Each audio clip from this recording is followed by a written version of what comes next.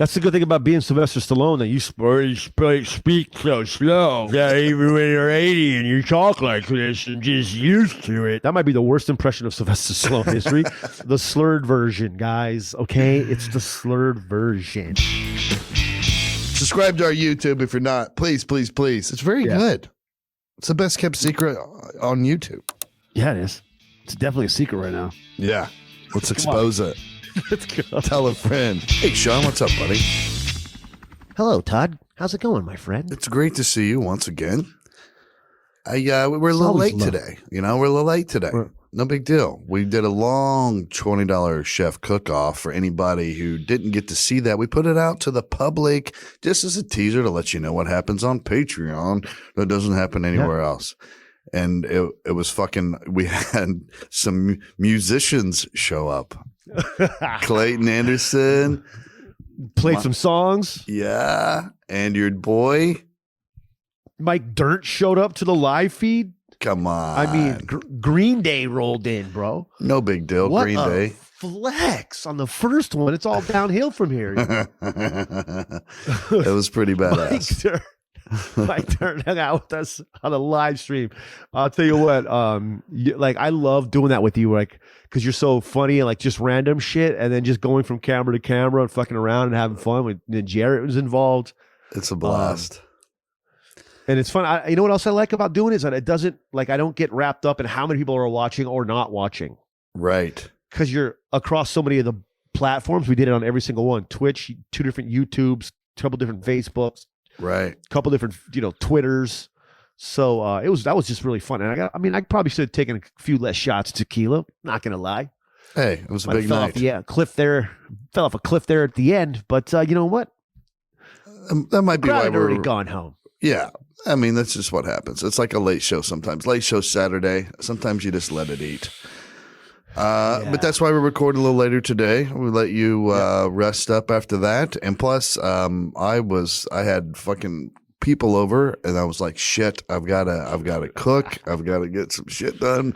And I leave for Kansas City. So if you're listening to this later today or early on Friday, then you know what? I'll be in Kansas City if you're near there for Friday night and Saturday night. And then when I get back, I got to roll with my boy Shaun to Florida for some ACL action, dude. Yeah, we got ACL their first weekend of the year, their first big championships of the. They got 4 big events.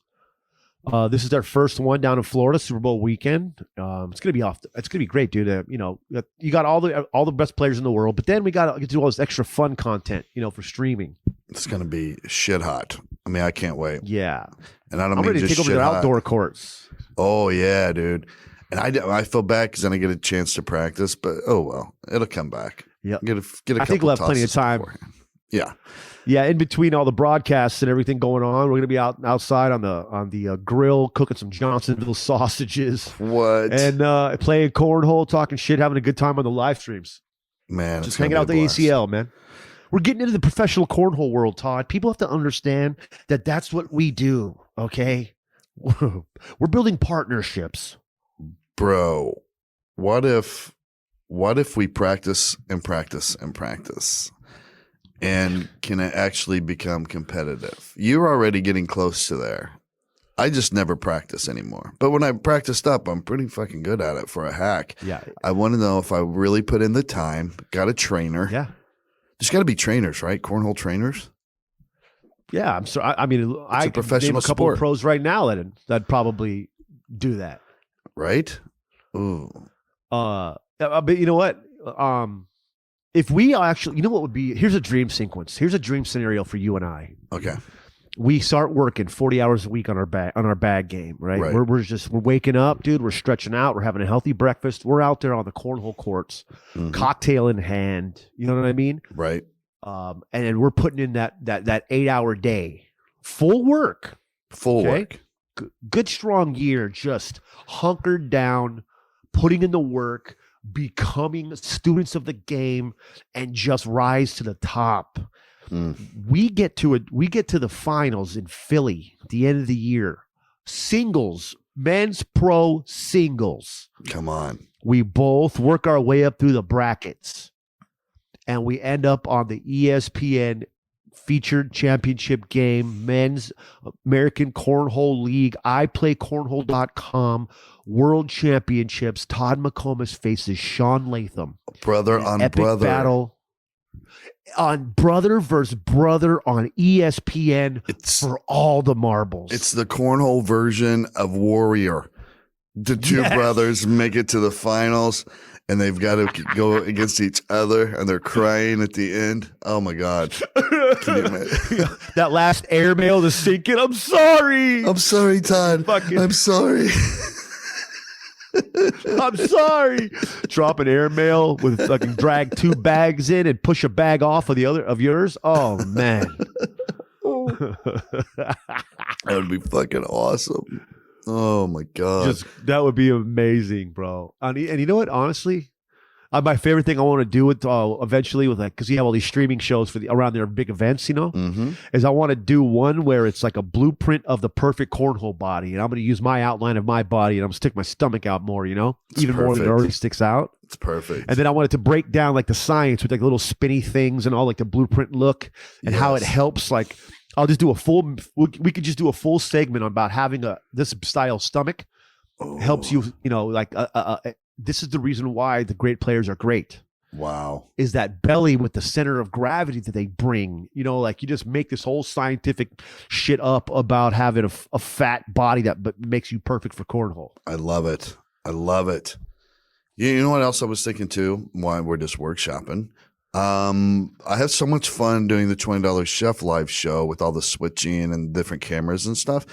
It makes me want to, maybe we could design some kind of like game show for Patreon members that everybody can watch it, but Patreon members qualify to be contestants. And it's you and me somehow with the game show with the different contestants. And then Jarrett can run the show and bring them up full screen when it's their turn to answer or whatever.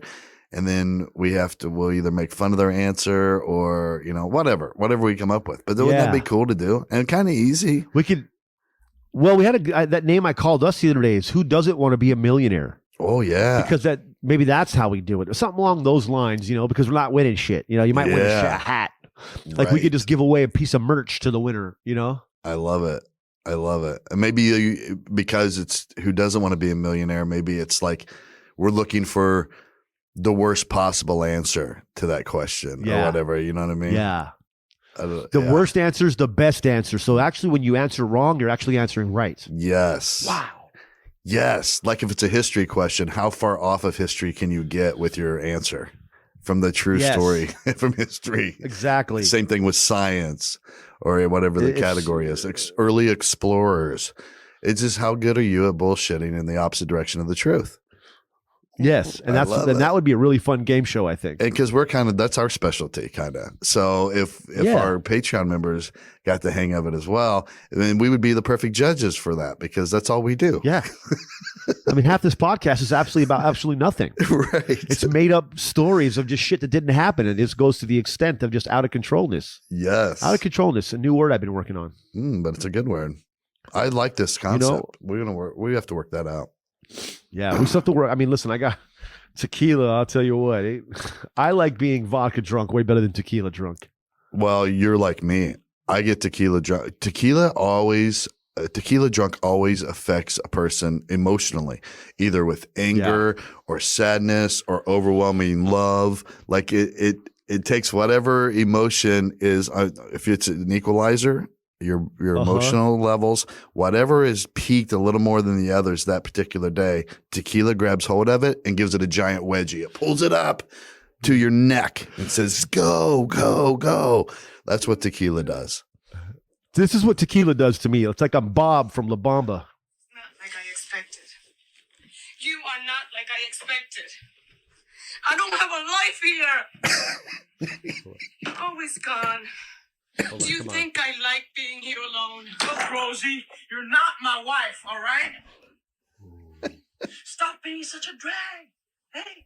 That wasn't the one. I wanted the one like, you always loved him more than me or whatever, I remember the scene you're talking about. I fucked it up, bro. But I get anyways, it. yeah, that's what if you know about Bob from La Bamba, that's basically what happens to everybody when they drink too much tequila. And It's true. I didn't eat too much yesterday either. I was just on this shit working on things all day yesterday, and I just didn't eat much. Except for them cucumbers, and that really, that's just water. It's crunchy water. Yeah, it's just like you just ate a few ice cubes.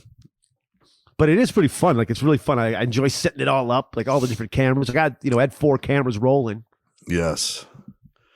It was cool. And, it was cool. Yeah, it was fun. Erica cooking along. We had people cooking along. It was really awesome. I had a good ass time. Yeah, it was a blast. It was a blast. Thank goodness for Clayton coming in, bouncing out a few bangers and a preview to a new song. Dirk come on and talk food like a motherfucker. That guy, he can cook. Yeah. Huh? Yeah, he loves cooking. He that's why I was so flattered. He gave me credit for bringing him back into the cooking game at the beginning of the pandemic. See? Shit's happening. Yeah. The $20 Chef Show, we should embrace, even if I just become a producer, I don't care. I'm getting old, Shaun. I get less pleasing to look at on camera every year.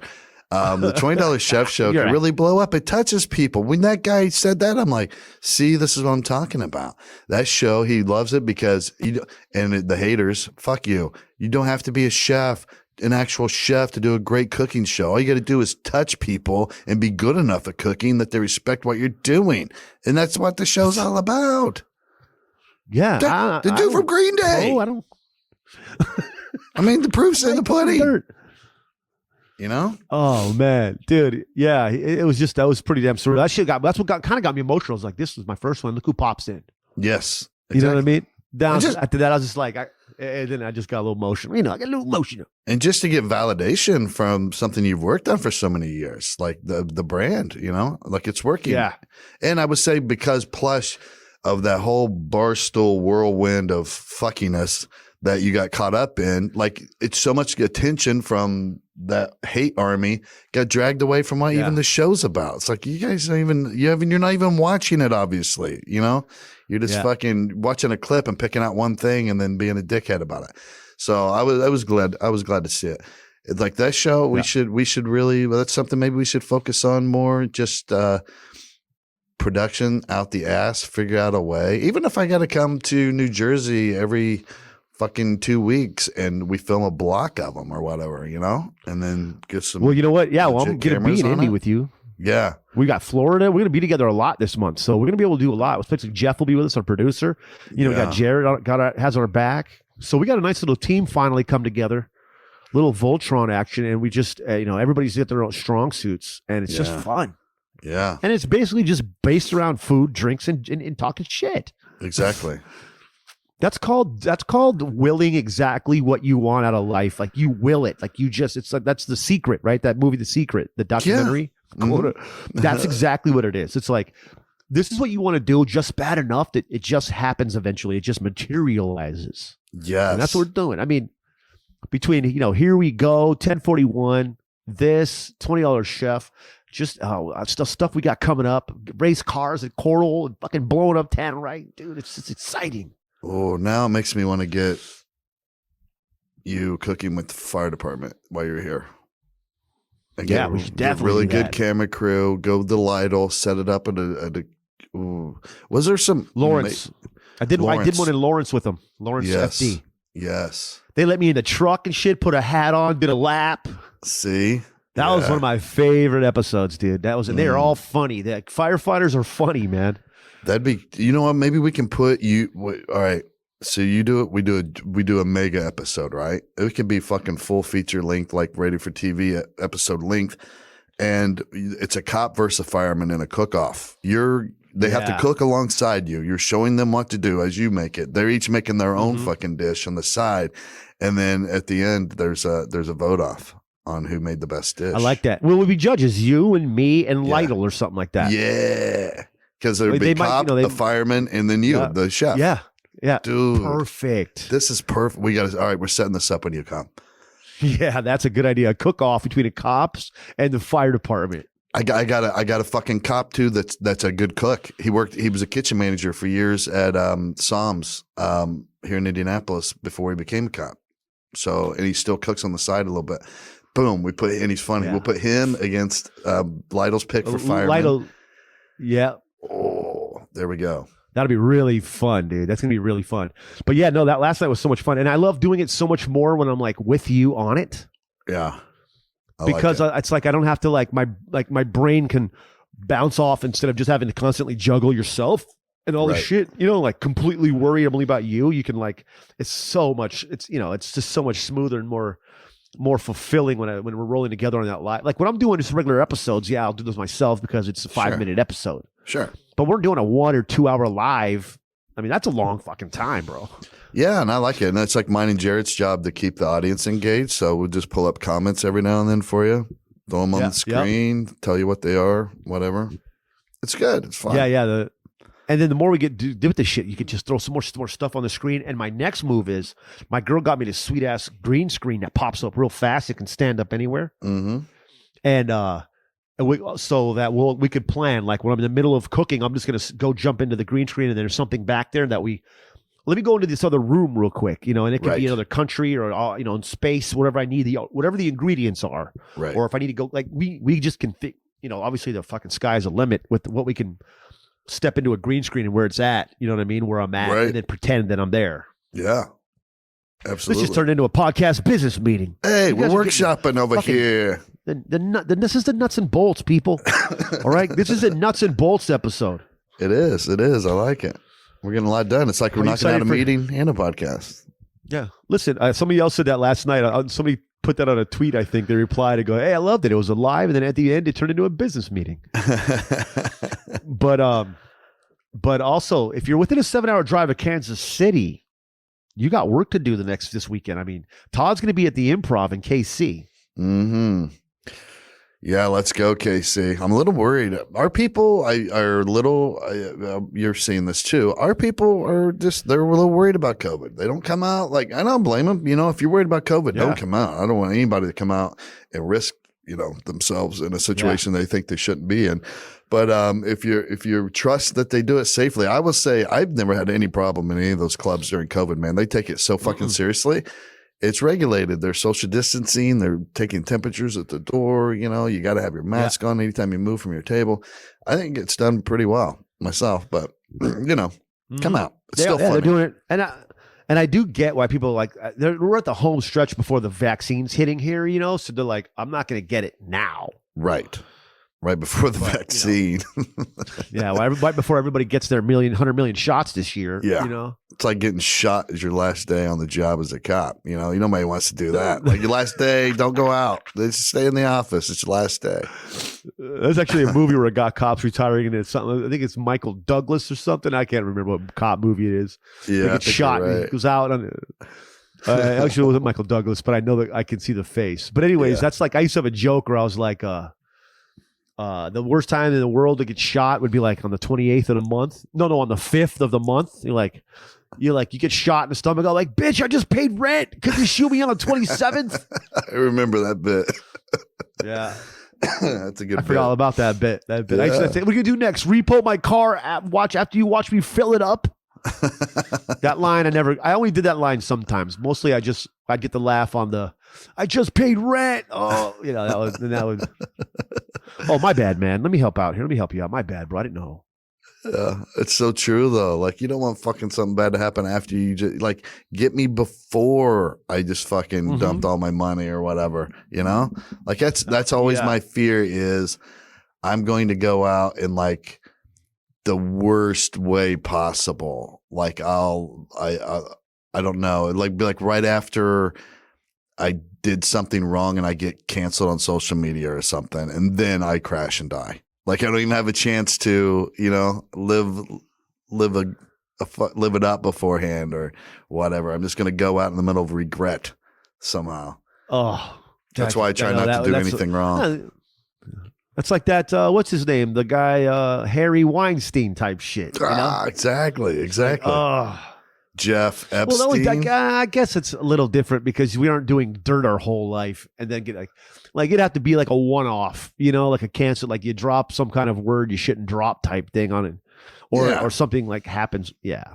Yeah. But yeah, that'd be pretty shitty. we're pretty good people. So it would have to be like a bullshit Me Too situation where somebody took something out of context and you're like, oh, wait a minute. And then you crash before you can even explain yourself. Yeah. And you just go. Yeah, it wasn't a legit Me Too. It was like a backdoor Me Too almost. Yeah. Oh, man. So Kansas City, nice little 7. You're 7 hours from Kansas City. So that's like basically a gig at the house. Basically 7-8 hour drive. I'm just going to take it easy. When I get there, I get there. I mean, all I got to do is get up in the morning, do a little radio, and then make the day my own, you know? Dude, I'm going through footage of this documentary to cut for clips, and the job's a little harder than I thought it was going to be. I'll say that. It's a lot of footage. Yeah, a lot of footage, and you never know, like, for cutting clean, short little clips for, like, teasers and trailers, it's like, fucking, you got to have somebody say something and then stop, clean, and then the next person say something to be able to cut it perfectly. Like, oh, he just said the perfect thing. Nothing's worse than going through like fucking 80 hours of footage, and then you're like, oh, yes, what he's saying right now is the perfect line. I need that for the trailer. And then boom, somebody steps over the top of him and is like, but what about dog shit? Don't you hate when he's stepping? You're like, God damn it. You just ruined the clip. You got to go find it. Yeah, because it's not an act; it's a documentary. So it's just live. They're just following us with cameras. Yeah, but it'll be cool. You're better than I am because I don't have the patience. I wouldn't be able to do it. I don't know how. That's the hardest part about editing is going through all the footage. Obviously, a guy who doesn't edit knows what's the hardest part. Obviously, but. I know, and now I can remember like us filming some stuff in the film crew going, can you guys just stay on topic? Like, what, you know, and we're like, well, man, we're just free flowing here. And he's like, yeah, because you don't have to fucking edit the movie. Like, you're just giving me a bunch of bullshit we're not going to use. Yeah. How's the creative brain? You're like, this is going to be gold. Right. Yeah. All you need is one little golden phrase out of this fucking hour and a half. I'm going to talk. What were you going to say? I was going to say, how is the lady and everybody there? Everybody's good? Did they enjoy the chicken noodle soup, the Mexican chicken noodle soup? Well, my lady has a serious tooth situation unfolding. So she's been to the dentist a couple times this week. So she's not doing too much eating, or at least enjoying eating. She's been eating some Jell-O, a little bit of stuff here and there, but she's not feeling good at all. I got to go to the dentist. You know, Colin and Cassie are good. I got to go to the dentist. I just went when I was there. Yeah, I got to go. I haven't been in a long time. I'm going to go there and they're going to be like, oh, fuck, we got work to do. That's my worst fear, but I got to go at some point. You got to take a headset with you, bro. You got to take the headset. Yeah, just listen to a podcast, whether... I'd say louder music. Yeah. Some sort of music that doesn't stop, because podcasts, you'll be able to hear it too much still. Yeah. That's a good point. I think that any kind of drilling, like I the first time I forgot him and I was like, fuck. And then I went back again when I was in Indy last time. And I took them and I were on full blast. I mean, I don't want to hear any drilling on my face, dude. Can you not just ask them to knock you out? Like, I'll pay for it, man. Just fucking put me unconscious. The dentist never wants to put you unconscious. And I'm like, it would just be so much easier if you just knocked me out for the next 2 hours and then woke me up when you're done. You know? That's ideal. That's the ideal thing. I just want to go to sleep. Just want them out, bro. Yeah. I don't know why. Maybe it's a liability thing to worry about. Maybe a couple people died, you know, because I don't know. Some people get fucked up by anesthesia, but I'm all for just knocking me the fuck out. Or what's that? There's a sea animal that if you touch it, it paralyzes you. They always use it in movies. There's like a spongy. Oh, there's some kind of sea life. This is when we need Jared. He's at work right now. But there's a sea urchin or some kind of blowfish thing or something that they always use in movies. Like it paralyzes you, but you're still awake. Like that is one of my worst nightmares. Whenever I see that element in like a horror movie or something, when you know you're just there and the dude's going to be cutting you up and you can see it and hear it, but you can't feel it. You can't do shit about it. Yeah. You can't move. what movie am I thinking of where that happened? Maybe it was I think it was an episode of Dexter. I think he did that to one of his victims. But the thing is about Dexter's victims, they really deserved it. Yeah. Yeah, they deserved it. So I was like, oh, good. Everybody Dexter killed deserved it. That show jumped the shark. That show jumped the shark though when the sister was on board with the murdering. You're like, thank you. She was the biggest goody two shoes. She number one cop in Miami type shit. She was ready to go right to the Department of Justice and move up the ladder, like type fucking, Robert Mueller squared away type shit. Right. And now she's okay with her brother being a serial killer. Jesus. Murdering people? Come on. Helping with the bodies? Fuck off. It ruined it. Like, it was so much better when he had to hide it from everybody, especially her. Yeah. Like, it added so much more tension. And now all of a sudden she's on. I guess in the book, she's like fully on board, like actually helping him. That's what somebody told me. But I don't read books, so I don't really care. Shorty can't eat no books, dog. It's my favorite quote in the movie Belly. Shorty can't eat no books, dog. People get my friends that read all the time are always on me. They're like, well, what do you read? I'm like, because it ruins the movie. Every time. Like, if it's a good book, it's going to become a movie at some point, and you're going to ruin it for me. I remember the first time I read a book and watched a movie. That was the movie The Client. I read the book on one of the trips I went in my my mom had a boyfriend for a while. I was a truck driver. He'd go from LA to South Carolina, So in the summer, I'd just hop in with them and we'd just go. I'd go back to hang out with my friends that I used to live with in South Carolina. And I decided I was going to read a book. And I read The Client. I read The Client and then I watched the movie and the book was better, man. That's the only thing at time I could ever say. I was probably like 14 or something that I actually read. I read the book. So I have to wait for someone to bust out an obscure reference of the movie The Client before I could fucking go, the book was better. Fucking asshole. See, but it ruined the movie for you. You couldn't even enjoy the movie because the book was better. That's what I don't want to happen to me. I want to enjoy my movies. Yeah. I don't so care. That's it. You don't need to look at. I don't need to spend hours reading a book. I'll watch the movie. It's a nice condensed down version. Okay? It's why I never read the Bible. I enjoyed The Last Temptation of Christ way more than most people did when they saw it in the movie theater because I didn't know the ending. I'm the only person in the movie theater who doesn't know that he dies back and then comes back. Hey, wait, does that movie is part 2 after Easter? It should be, right? The sequel. Is that Last Temptation of Christ? He's back. I didn't watch that movie. That was the one. That was the Mel Gibson one, I think, right? Yeah. And they were speaking like the whole movie was subtitled because they were speaking whatever Bible language they spoke. It was like Aramaic or something. It was hardos. Just speak English. We get it. Come on, Jim Caviezel. Just have him speak English. Whatever his name is.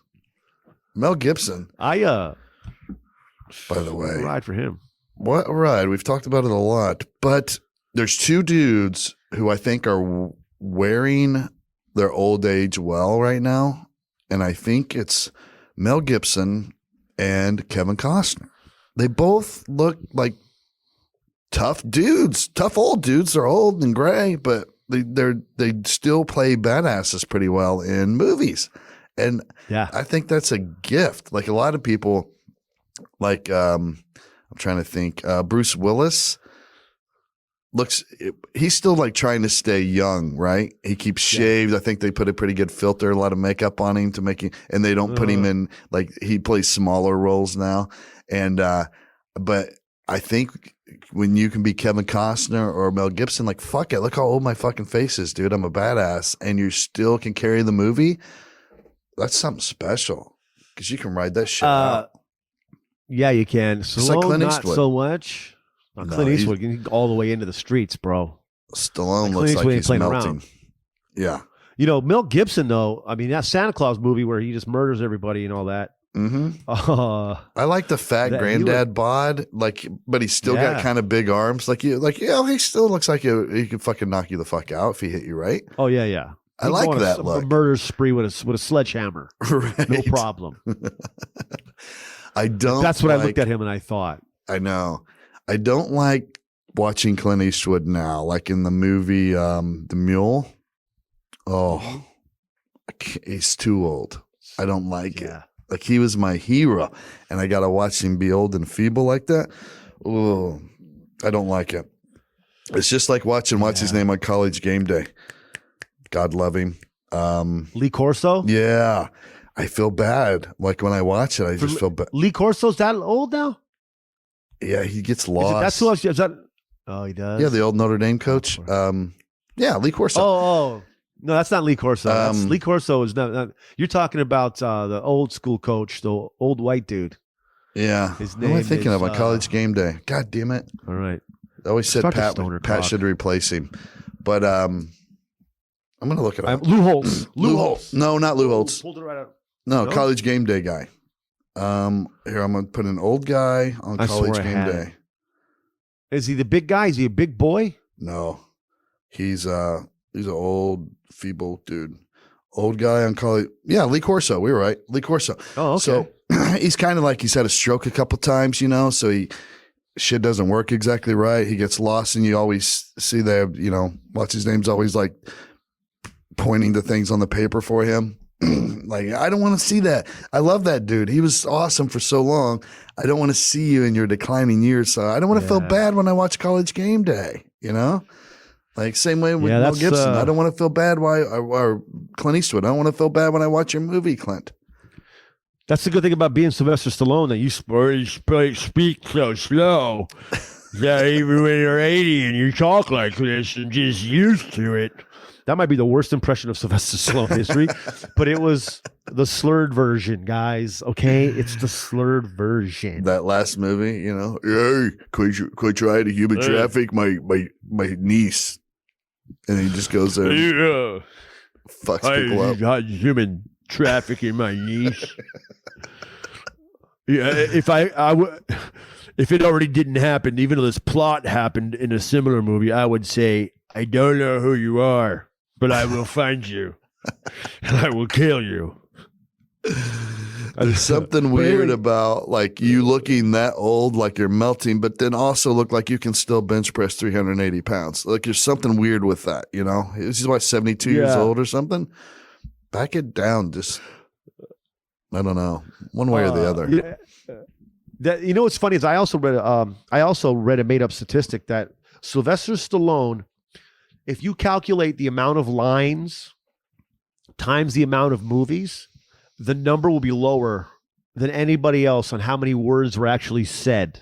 Oh, he is, in his career, he has made more money in Hollywood per word than any other actor in Hollywood history, in movie making history. I think in First Blood, he said he had like one monologue after the colonel finally caught him down in the town, He drew First Blood, not me. That was like half the script. It was half of his part of the script.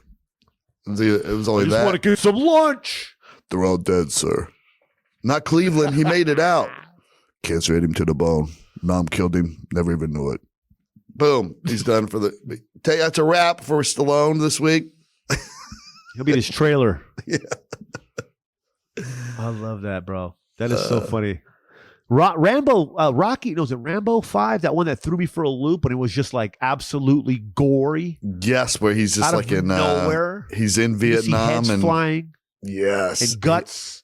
I was like, Jesus, this is a rough one. He gets on that 50 cal, and it's just like people are just blowing up in pieces as he hits them. And then you just see like guts flying and skulls. And at the end, he like eviscerates that dude. He stabs him with his knife, and he runs it all the way across his belly, and his guts just pour out. Like, I was like, what the fuck? They really amped up this Rambo shit. Yeah, they did, because that was a shocker. Like, people died a lot previously, but you didn't see the inside of the bodies as much, or the head splitting in half, or the bullets exploding people's necks. Exactly. I mean, Jesus Christ. I don't know what got into him. If he was just like, hey, I just like he went to some movie seminar somewhere, and they have little booths where they show off new movie technology, and they're like, oh, here's our new exploding body sequences we can do, and he's like, oh yeah, I want that in my movie. You come work for me on Rambo 5. Like, fucking, I don't know what happens to people, but I guess you probably go through phases where you're like, I want to try this new shit. Like I I see movies where, you know, people are exploding the little pieces. Like, I've never done that in my movie. I should try to make a movie that's nothing but that.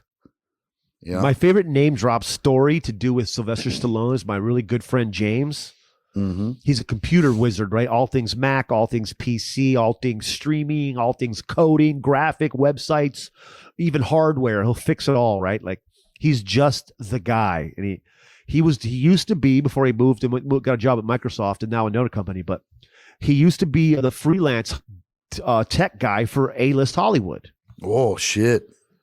So he had, you know, Steve Carell, you know, Shares people, like fucking everybody, like even he had Stallone, right? And so and a lot of times people hire people just for the easiest shit. Like he goes, man, I feel it's like some days he would feel bad because he'd be like, bro, all I had to do was go over there and reset the router. They just didn't figure it. I had, because he had like a base rate of like $150 hours just to show up. Sure, yeah. Or some wild shit like that, like 300. I don't know what it was, but you know, he can't control what they're calling you over for. Right.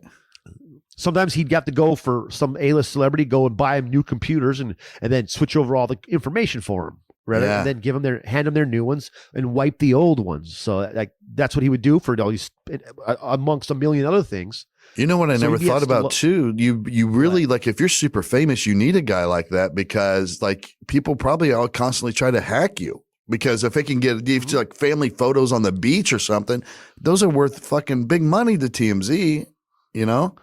So he But then that's funny that he just have bullshit stuff too. Like, I can't, my computer won't work. Oh, well, here, you have to hit the power button and then here's $300. Yeah, exactly, dude. For like 40 minutes, you know, for just getting there and back. Yeah. And you just go there, turn on a laptop and turn off. But he used to do stuff for Stallone. And he ended up one day he started talking and they're hanging out. And Stallone's like, bro, they start talking about Creed 2. Busts out the script and they're working back and forth through parts of Creed 2 before it was made and all that. Really? The script was still being written. And he ended up going, come on, what can I give you? Like he had this cool souvenir closet of just stuff he gives people, like autographed gloves and things like that. Yeah. So he'd come back and he had this like awesome like Rocky gloves autographed by Stallone after going to transfer over his iPod library to another iPod or some shit. They end up working on Creed 2. That's insane. That was one of the first stories you ever told me. Holy shit. Can you imagine? And Steve Carell's the only guy, the only A-list superstar that answers his own door. Oh, really? Yeah, because a lot of times the people aren't even there, right? Like it's assistants he's dealing with.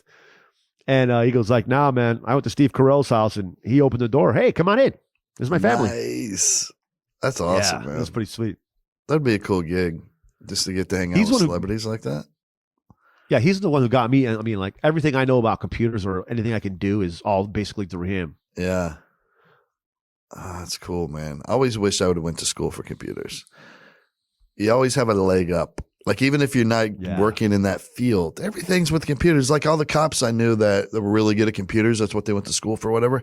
Fucking got promoted so fast, dude. They didn't, you know. It's like because nobody. It was just we're a bunch of fucking monkeys, basically, as cops, like banging on keyboards, like We don't know how to work shit. And then you get somebody in here who's really good. He fucking owns the place all of a sudden.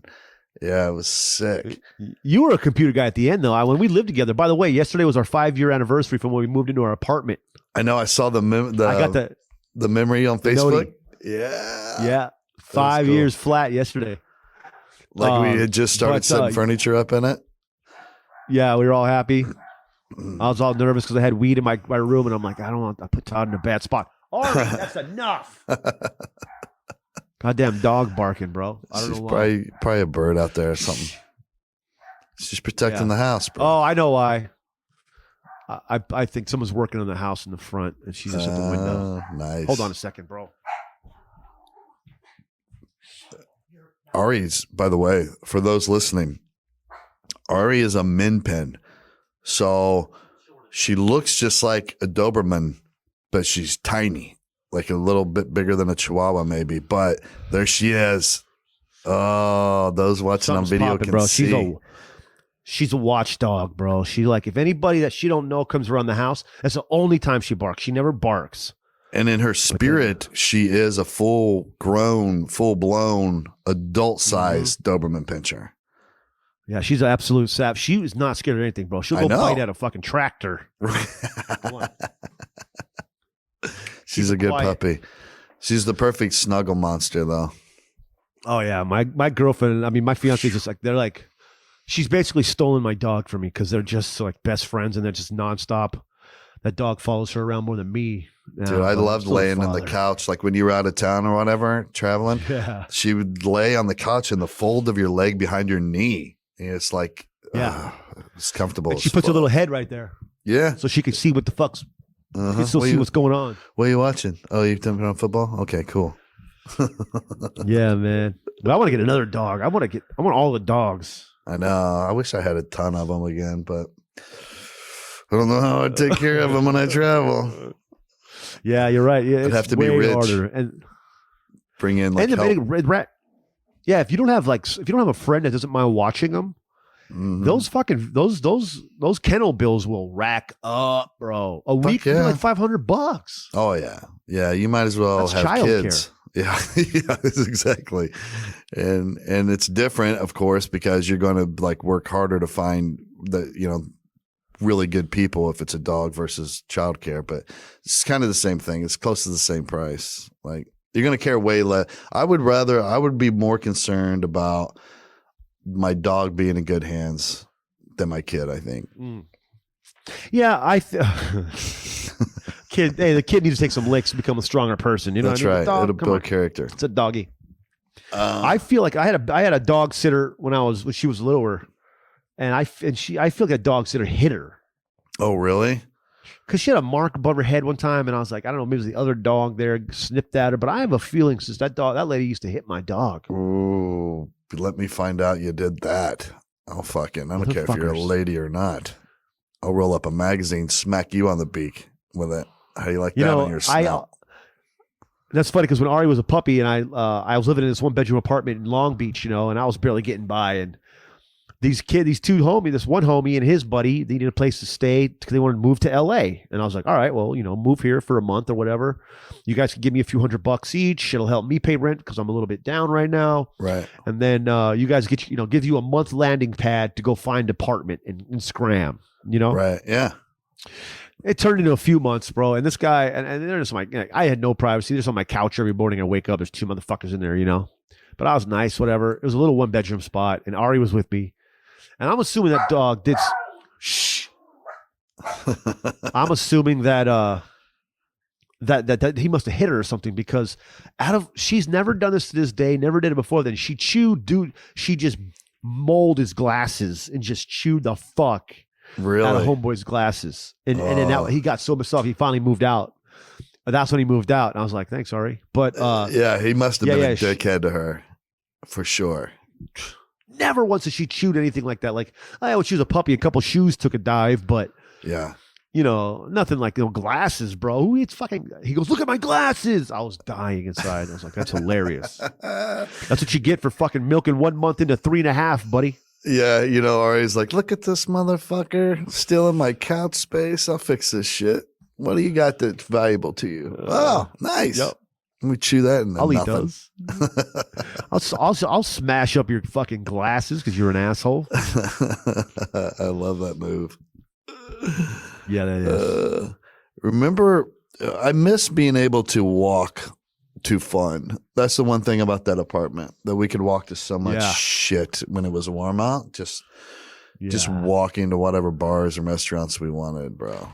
Like I miss that. I kind of think I want it. I like having a house in the backyard. Chick-fil-A. Oh, and Chick-fil-A for those hangover days, those mornings. Shoo, the chicken biscuits. Oh. I think I want to go back to that style of living at some point. Like if I can just find a little place in town, like where I can just walk around to, like I see these places in like northern Indianapolis and Carmel, and then there's some places in Louisville, other cities I've seen. You just get a nice little downtown townhouse or whatever, and you got all that shit within walking distance. I don't know. I think I might be able to trade in the big backyard life one day for that. Oh, really? Yeah, no worries. Don't have to mow, none of that shit. Like, I think I could get back to that. I don't know. It's either that or I'm going way out in the country. One of the two. I'm no more in between, I think, for my next move. I think that I need to have the yard. I need to get that fulfillment, and then after a while, see if I want to move. Because I know, like, my girl, she'll do either. Like, she's like, all right, we can get a yard and a house, or we can go and get like a condo with like resort style living or whatever. With the tour guy, you know. Yeah. I'm more like, well, let's do the house thing. You know, I want like to be out. I want to get on that riding lawnmower. I want to cut your grass this summer, Todd. That's what I want to do. Well, and I will say the backyard entertaining is the best. Yeah. Like, that's nothing beats having a bunch of friends and homies over in the backyard, drinking, cooking out at night, build a fire. Like, that's the best thing in the world. So you're probably right. That would be hard to lose. Especially because then you start. And you're a guy with a garage. You got a lot of stuff in your garage, bro. You're a garage guy. I know. A lot of that shit's going to end up in a dumpster here soon if somebody doesn't get their happy ass back here to pick it up. That's all I'm saying.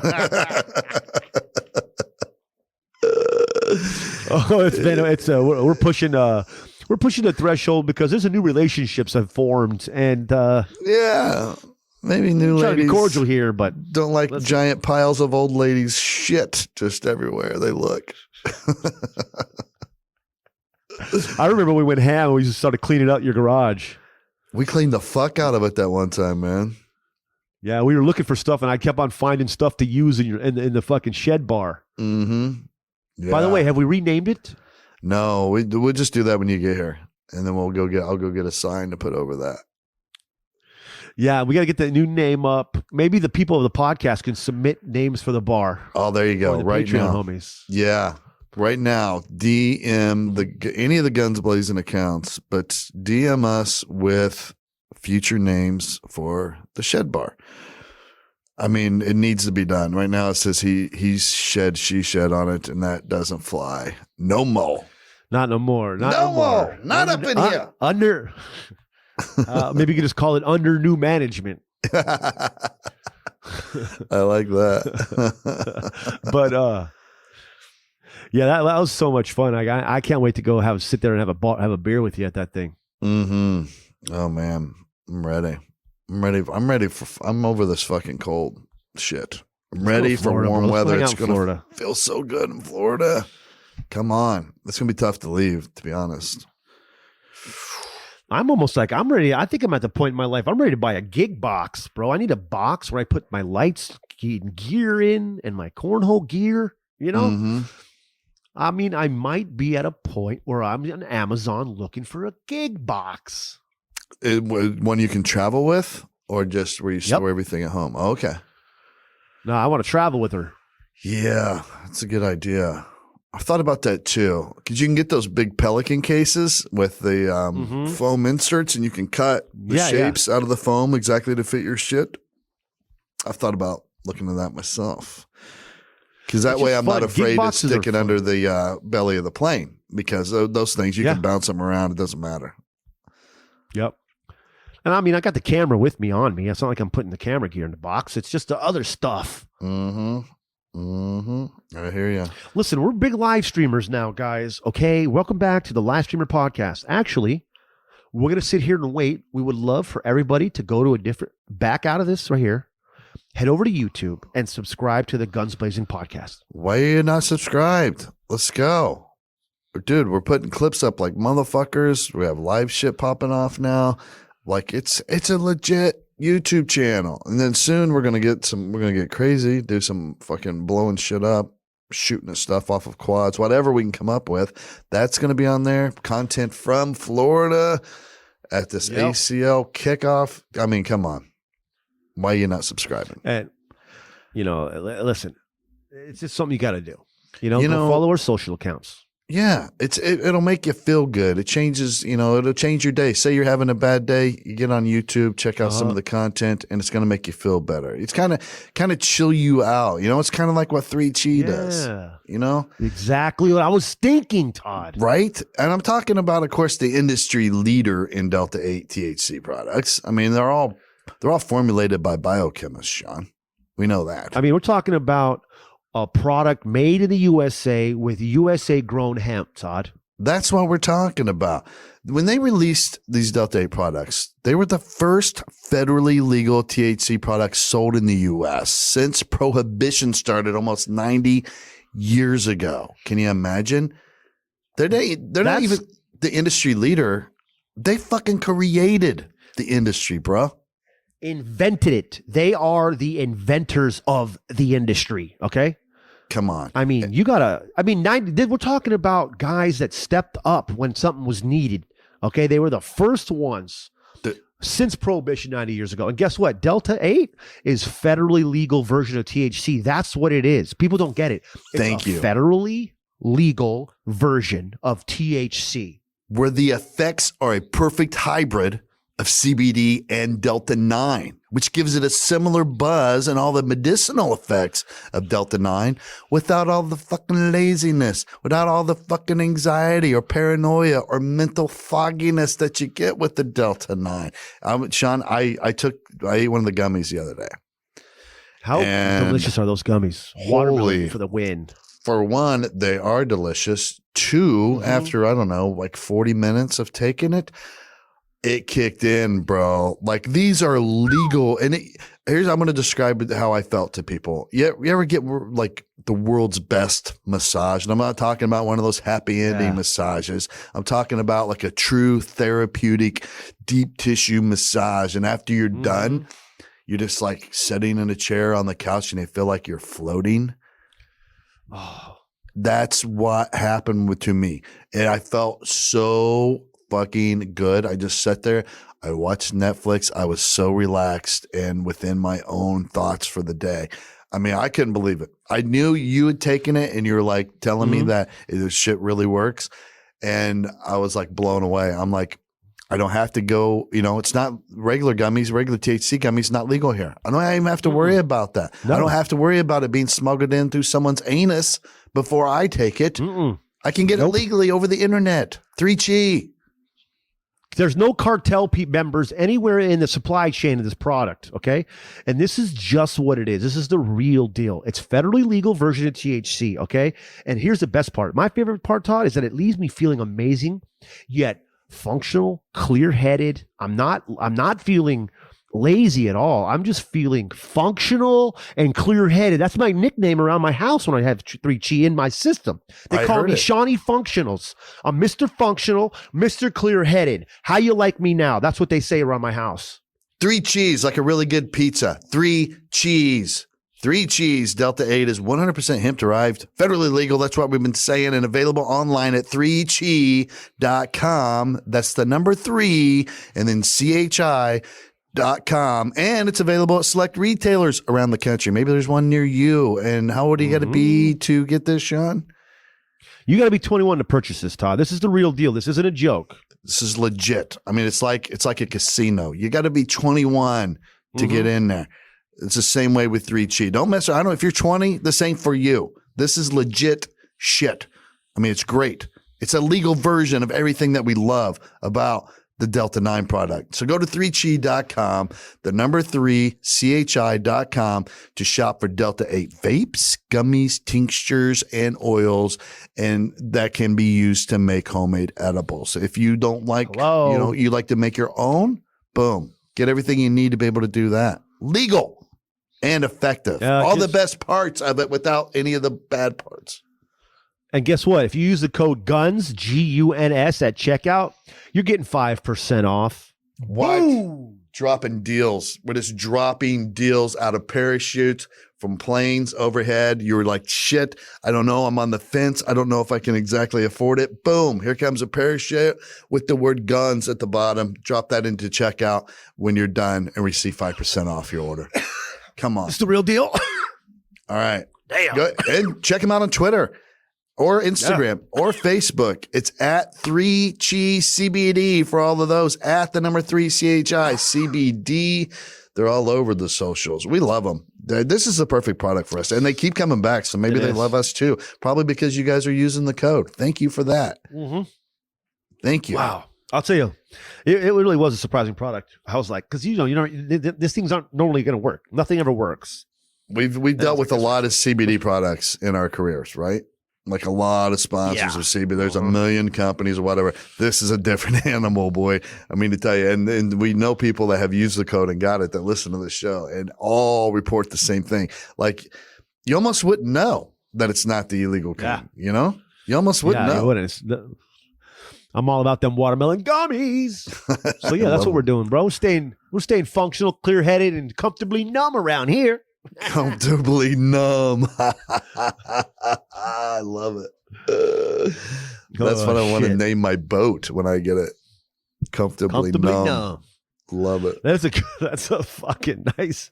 That's a really good saying. It's a great saying. Honest. Oh, put it on a t-shirt. Hello. Let me write that down, Sean. I think we have our first catchphrase t-shirt. Comfortably numb. Look for that on the store soon. Damn. I'm excited for your weekend, though, Todd, in Kansas City. It's going to be fun, dude. I'll find me a little barbecue while I'm there. You know, I think I went to Joe's last time. I'll go to, there's another good one too, people said. So tweet, if you're in the area, tweet Todd the best places to have barbecue in KC. Mm-hmm. Todd needs help. Love that. And Kansas that's where you City guys come into play. I can travel with the 3G too, right? Yeah. It's federally legal, Todd. Oh my God. That's going with me for sure. For sleepy time. Lucky. Lay down, watch a movie. I miss the hotel life. That's one thing I figured out. Like it's going to be good to do this little bit of travel and then go where Airbnb. And I miss Airbnb and hotel life. You know what I like? Cool. I like not having to make my bed and clean. Yeah. I feel so good. You just come back, you're good to go. I'm just borrowing this shit right now. I don't care. I'll leave a towel on the floor. Oh, there's a little bit of butt juice on that towel, a little bit of brown wipe on there. I don't care. It's not my towel. It's not my towel. It's not my towel, bro. It's not my problem. You guys take care of this. Guess what? That's why they have those fucking those jail level washers and dryers downstairs that can do 56 loads at once. Okay, get it down there, clean it up. You know what I was looking at the other day? All right, so last time I was in a hotel, my toilet backed up, right? And I had to call for them, and a dude shows up and he's just got a plunger. Like, I'm going to fix it with this plunger. And I'm like, dude, that plunger probably costs like $3. Why do you not put plungers in the hotel rooms? Like, you have one plunger for the whole hotel that you got to bring around? Like, people stealing the plungers? Is that an issue? I mean, I would think aesthetically they don't want to see it in there, but maybe they're trying to cut costs back, because if you take 100 rooms, that's $3 per room. That's still only $300 to make sure that people don't have to fucking possibly wait for your slow ass maintenance guy to show up and plunge my shit. I know, right? Like, I got an idea. Raise the room rate $1 to the 300 rooms for 3 nights straight. I'll pay it just to know I have my own. You know what? Or maybe when I check in, give me option. Would you like a plunger for your room, sir? Yes. Sure. Okay. That's just going to be a $5 service fee. Boom. Put it on there. Done. Drop it off for me. Done. I don't want to carry it up there because I don't know who's touched it before. But you can have it in my room. Give me the option, because if I have a real situation like that, there's nothing worse than just sitting there like, oh shit, there's water on the floor, and having to wait for some dude 2 hours later to show up. I got it. Some guy barely speaks English. He's gonna plunge my toilet, and I feel bad for him. Yep. Why do you gotta plunge my giant turds that I left in there? I don't need you. We don't need a third person involved here. We need me and the plunger, and that's it. It's a personal situation. Just let me have the plunger, buddy. Come back for it. Yeah, I don't need you in here. Just stand outside. I'll open the door and hand it to you when I'm done. Like, I don't want you having to plunge my shit. It's embarrassing. That bar I used to work at, Dos Gringos, the birthday shots, we used to do them in a plunger. Oh, really? So yeah, we had a separate plunger idea to drink out of, and motherfuckers, we would pour whatever we wanted in it, and then just hand them the thing, and they'd take a shot out of a plunger. That's fucking a great idea. People would go nuts over that. The donkey punch birthday shot, and then whatever the fuck you want to put in the shot, and then if it was a 21-year-old kid, then we would put Jaeger, 151, tequila, and milk. And milk? Was it nasty? A splash of cream. Yeah, it's absolutely fucking horrendous. But welcome to the club. You're 21, you know? You're That's drinking like- it out of a now- plunger. It's supposed to taste like shit. And drinking out of a plunger. Yeah. Because there's two types of friends that take you out of your 21st. The ones that want to ruin your day, but like in a funny way, but like give you stupid shit to drink. And some that just want you to go out and get lit for real. Yeah. I mean, for sure. Like most people, I think, are wanting that story of, dude, you were so fucked up. You threw up all over the Uber driver.